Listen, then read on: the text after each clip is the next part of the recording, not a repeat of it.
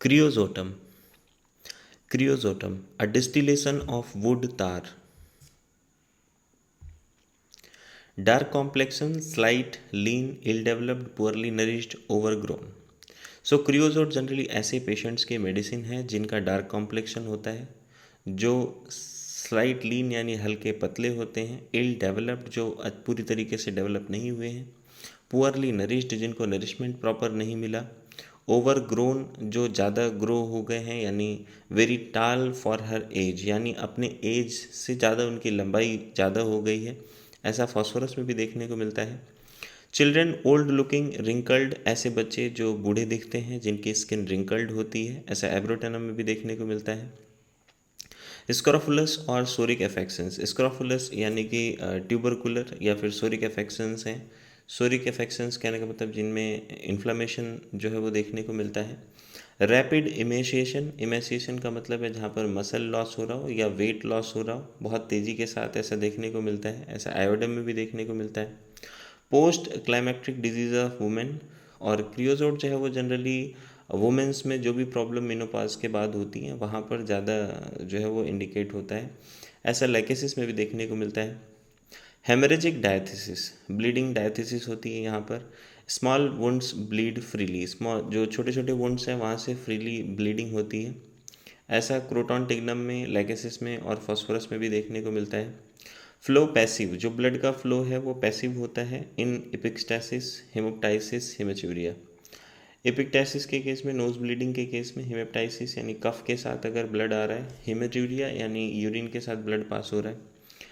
In typhoid followed by great prostration, और typhoid में भी जो है वो अगर ब्लीडिंग होती है, हेमरेजिक डायथिसिस देखने को मिलती है, तो उसके बाद जो है वो बहुत ज़्यादा वीकनेस हो जाती है।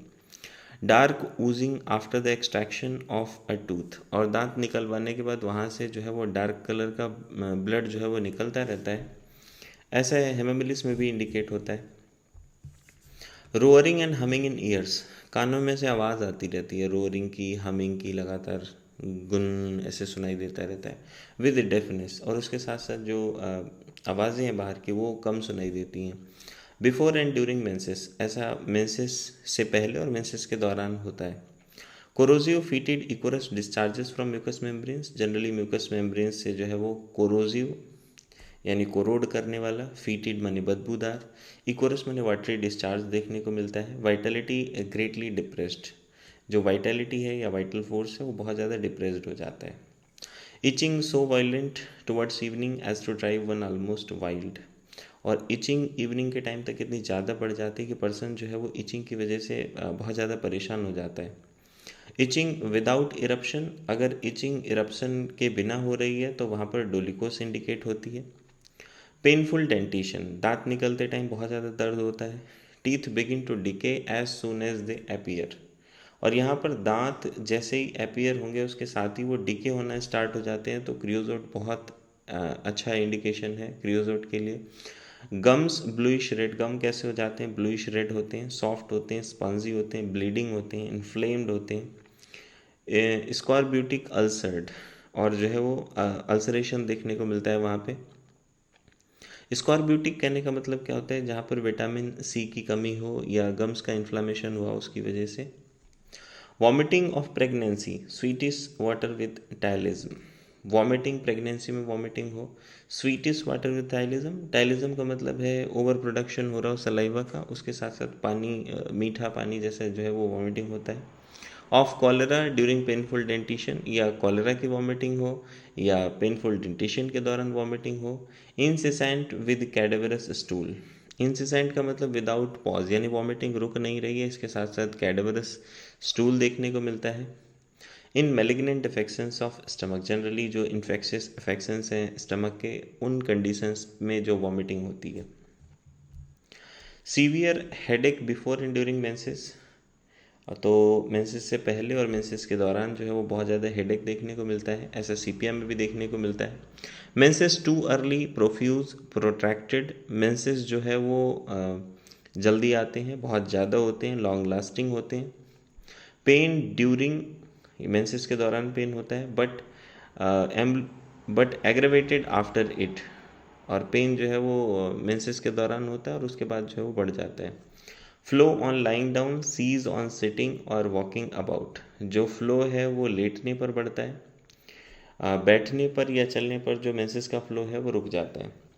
Cold drinks relieve menstrual pains. Cold drinks पीने से, ठंडा पेय पदार्थ पीने से क्या होता है, मेंस्ट्रुअल पेन में आराम मिल जाता है।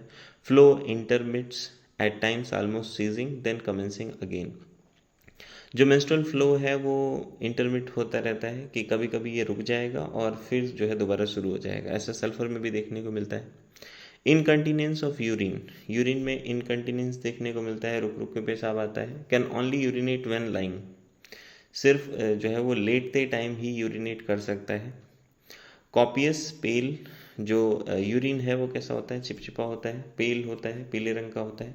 Urging can not get out of bed quick enough, और यूरिन पास करने की अर्जिंग इतनी ज़्यादा होती है कि मतलब जल्दी से बेड से उठ नहीं पाता, तब तक जो है वो इतना ज़्यादा अर्जिंग है उसको कि यूरिन पास हो जाएगा।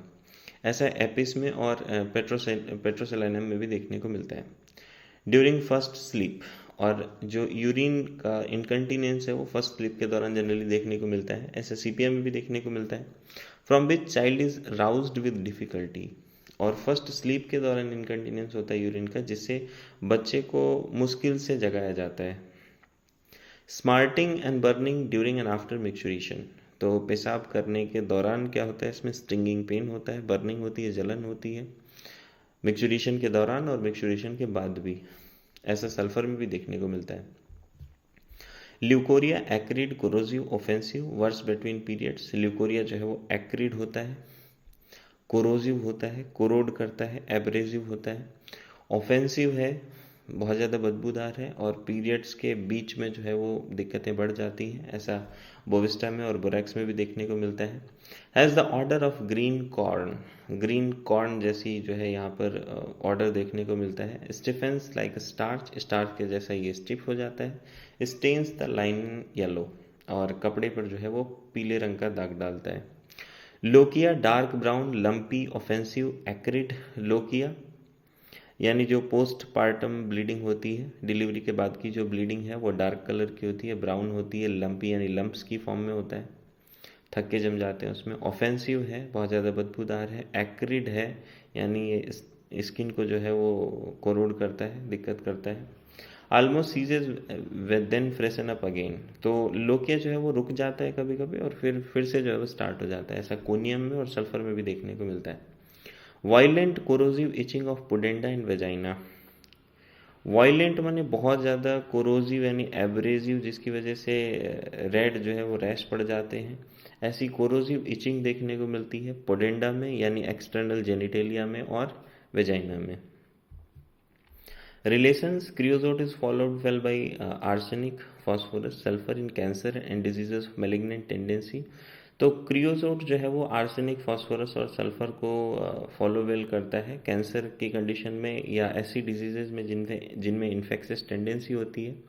Carbo veg and creosote are inimical, carbo veg और क्रियोजोट इनिमिकल होते हैं, इनको एक दूसरे के बाद नहीं देना चाहिए।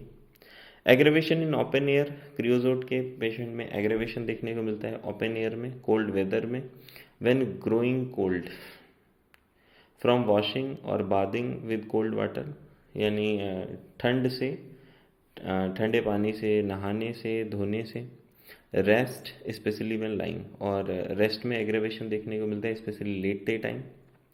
एम्ब्लुएशन generally better from warmth, ambulation generally जो है वो वार्मथ से बेटर फील करता है क्रियोजोट का patient. Thanks for watching. Like, share the video with your friends, comment the topics you want me to explain, and subscribe the channel for more videos on homeopathy.